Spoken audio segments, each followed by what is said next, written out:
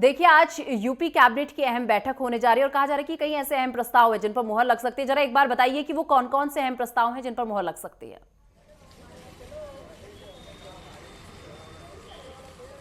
निशा, सबसे पहले तो मैं आपको बता दूं कि कैबिनेट की बैठक नहीं है, ये मंत्रिमंडल की बैठक है और मुख्यमंत्री योगी आदित्यनाथ की अध्यक्षता में उनके सरकारी आवास 5 कालिदास मार्ग पर यह बैठक आयोजित होगी। 3:30 बजे यह बैठक होगी, जिसमें योगी सरकार में जितने भी मंत्री हैं, चाहे वो कैबिनेट मंत्री हों, चाहे राज्य मंत्री हों, चाहे राज्य मंत्री स्वतंत्र प्रभार हों, सभी मंत्री इसमें शामिल होंगे। और जिस तरीके से उपचुनाव को लेकर सभी मंत्री लगातार अपने क्षेत्र में रहे, जनता की बीच रहे और उन्होंने एक बड़ी मेहनत की और उत्तर प्रदेश में जो उपचुनाव हुआ उसमें बीजेपी को एक ऐतिहासिक जीत हुई है। उसके बाद आज एक बड़ी बैठक होने जा रही है, मुख्यमंत्री योगी आदित्यनाथ की अध्यक्षता में ये बैठक होगी और तमाम मंत्री कहीं ना कहीं जो है रूबरू होते हुए मुख्यमंत्री योगी आदित्यनाथ दिखाई देंगे। सभी मंत्रियों से जहां तमाम कार्यों का फीडबैक लेंगे, तो वहीं ये भी माना जा रहा है कि और तेजी से उत्तर प्रदेश में विकास कार्य हो सके, इसको लेकर भी तमाम दिशा निर्देश उत्तर प्रदेश के मुख्यमंत्री योगी आदित्यनाथ अपने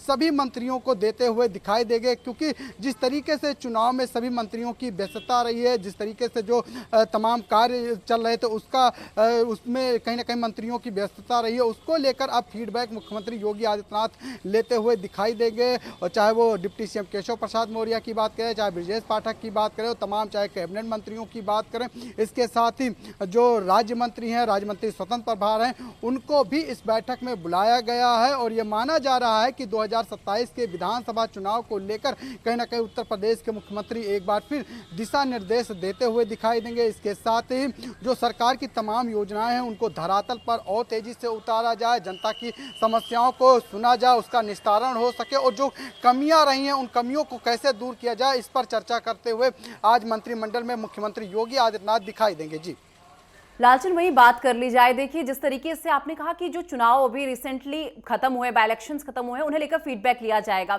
और इसी के साथ साथ अगर बात कर ली जाए, देखिए एक मिल्कीपुर सीट जो रह गई थी, अब वहां से बाबा गोरखनाथ ने अपनी याचिका वापस ले लिया और कहीं ना कहीं बाय इलेक्शन का रास्ता जो यहाँ पर खुल गया है। तो क्या इस सीट को लेकर भी कोई चर्चा होने की संभावना है?